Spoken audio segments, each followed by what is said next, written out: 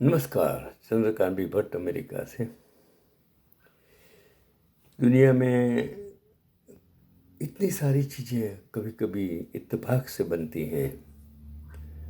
कोई मिलता है तो कोई बिछड़ भी जाता है, कोई चला भी जाता है, हमें कुछ पता ही नहीं होता है। एक ऐसी कहानी मनमोहन जी, जो कभी बीमार हुए विदेश में रह रहे बेटा बहू अपनी व्यस्तताओं के कारण देखरेख हेतु आ ना सके, तो वहीं से देखभाल के लिए नर्स का उन्होंने इंतज़ाम कर लिया।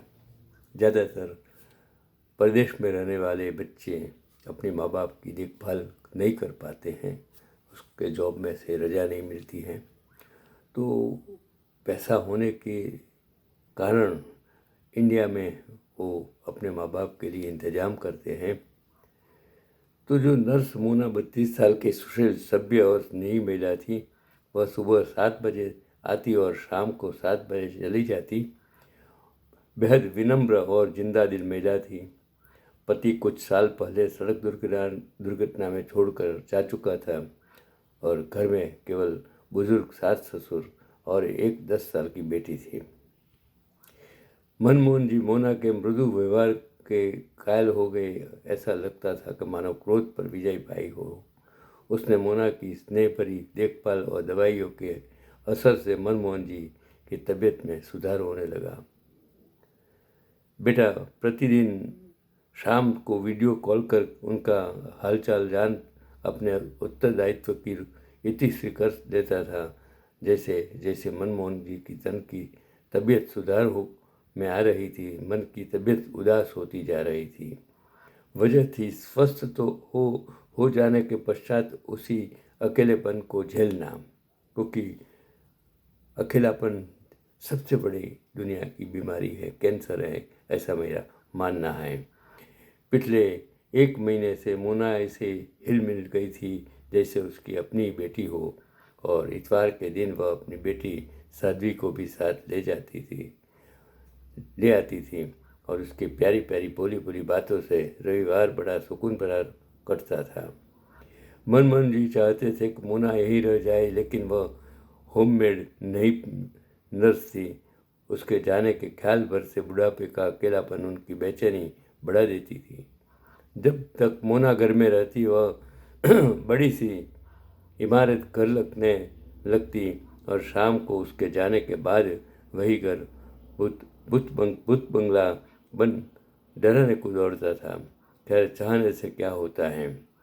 वह दिन भी आ गया जिस दिन मोना का उस घर में अंतिम दिन था और मनमोहन जी पूर्णतः स्वस्थ हो चुके थे।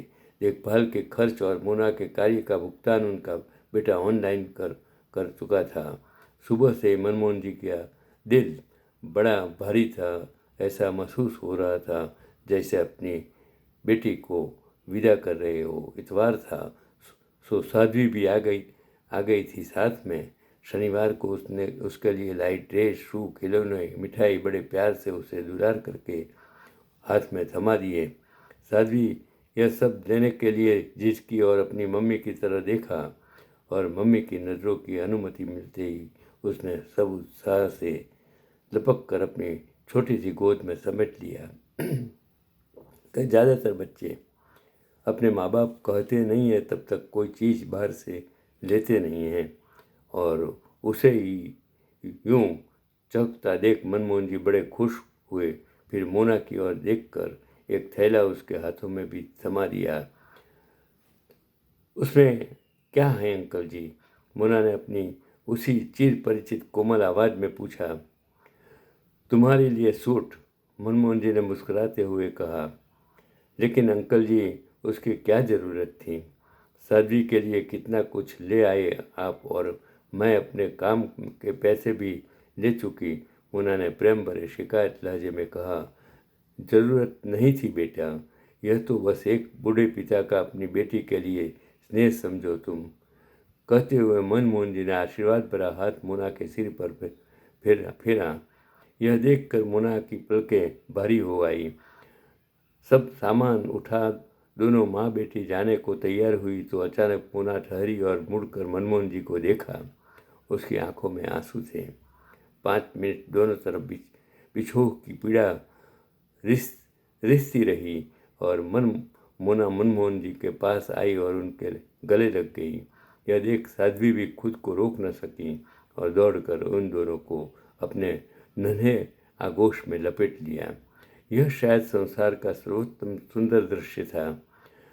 जब आंसू बहने से थक गए तो मोना ने अपने पर्स से अपना कार्ड निकाला और मनमोहन जी को देते हुए कहा, अंकल जी, बीमार वृद्धों का देखभाल करना मेरा जॉब है। किसी हॉस्पिटल में नौकरी करने के बजाय अमीर अकेले बुजुर्गों की देखभाल कर अधिक पैसे कमा लेती हूँ मैं।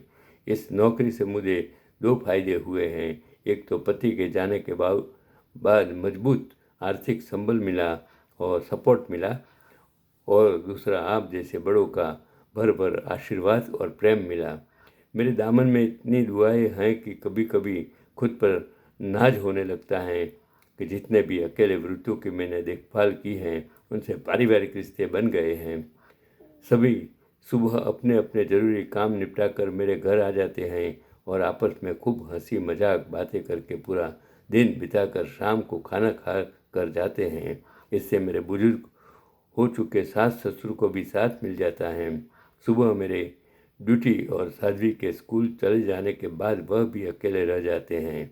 इसी तरह सभी अकेले बुजुर्ग आपस में अपने सुख दुख बांट कर अपना परिवार बनाए हुए हैं। क्या आप भी इस परिवार का हिस्सा होना चाहेंगे? मनमोहन जी ने कार्ड हाथ में लिया और पुनः मोना को जी भर आशीर्वाद देते हुए कहा, तुम कितनी नेक दिल इंसान हो बेटी। तुम्हें जन्म देने वाले धन्य हैं जिन्होंने सचमुच एक मनुष्य को जन्म दिया है। जरूर बनूंगा तुम्हारे परिवार का हिस्सा, जरूर। कहते कहते मोहन जी का गला रुंध आया। तुम्हारे नहीं, हमारे परिवार का हिस्सा बोलो दद्दू और मम्मी तो रोजाना शाम को आती हैं, लेकिन मैं जल्दी आ जाती हूँ। अटेंडेंस मैं ही लेती हूँ सबकी। साध्वी की इस बाल सुलभ बात ने तीनों के चेहरे पर प्यारी सी मुस्कान ला दी और तीनों फिर से गले लग गए। यह सचमुच संसार का सबसे सुंदर पल था। कुछ नेह से अधूरे लोग अपने स्नेह से एक दूसरे के जीवन में प्रेम खुशियाँ को भर रहे थे। यह सचमुच एक भरा पूरा परिवार था। क्या हर इंसान अपने जीवन में किसी न किसी को मदद करके इंसानियत, मानवता का जो पाठ है हम पढ़ सकते हैं। हमें ईश्वर हमारे पास है, नज़दीक है, हम देख नहीं पाते हैं। हम ईश्वर को ढूंढने हर मंदिर मस्जिद गुरुद्वारे में जाते हैं, लेकिन हमारे पास जो ईश्वर का मंदिर है, ईश्वर है, उसे हम कभी देख नहीं पाते हैं। सच्चाई ये है कि हमारे पास सब कुछ है। हम तन से, मन से, धन से किसी को मदद करके ईश्वर का आशीर्वाद ले सकते हैं, ईश्वर को प्राप्त कर सकते हैं। यही आज का पैगाम चंद्रकांत भाई भट्ट अमेरिका से। हर इंसान दुनिया में पैदा होते हैं, मरने वाले हैं। उनका अकेलापन सबसे बड़ा कैंसर है, और अकेलापन दूर करने के लिए अगर आप किसी को मदद करेंगे तो ईश्वर आपके पास है। यही आज का पैगाम।